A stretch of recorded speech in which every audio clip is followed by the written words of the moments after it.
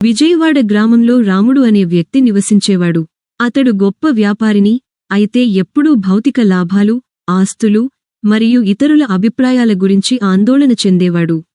రోజువారీ జీవితం భారం అయిపోయి శాంతిని కోల్పోయాడు. ఒకసారి అతని వ్యాపారంలో పెద్ద నష్టం వచ్చింది.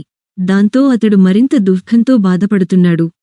ఒకరోజు రాముడు పాత దేవాలయానికి వెళ్లి అక్కడ ఒక వృద్ధ పండితుడిని కలిశాడు.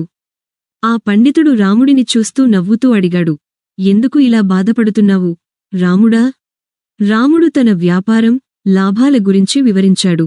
పండితుడు విన్నాడు. ఆపై రాముడికి ఒక చిన్న కథ చెప్పారు. ఓ రాముడా, ఒక వేటగాడు అడవిలో వేటకు వెళ్లి ఒక సింహాన్ని పట్టుకోవాలని కోరుకున్నాడు.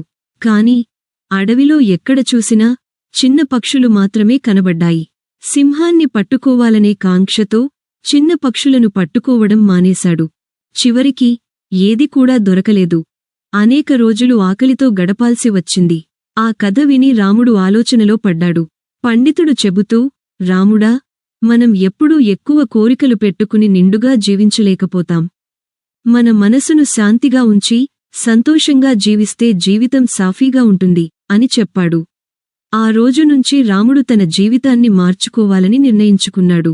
అతడు వ్యాపారం చేయడం ఆపలేదు, కాని లాభాలు, నష్టాల గురించి ఎక్కువగా పట్టించుకోకుండా తన పనిలో ఆనందాన్ని కనుగొనడం ప్రారంభించాడు. అతడి మనసు శాంతి గడిపింది. అతడు ఆత్మస్థితి యొక్క సుఖాన్ని అనుభవించాడు.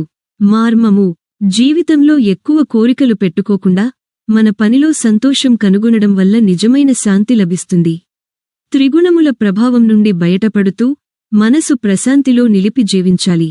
ఈ విషయాన్నే శ్రీకృష్ణుడు 2వ అధ్యాయం 45వ శ్లోకంలో బోధించారు.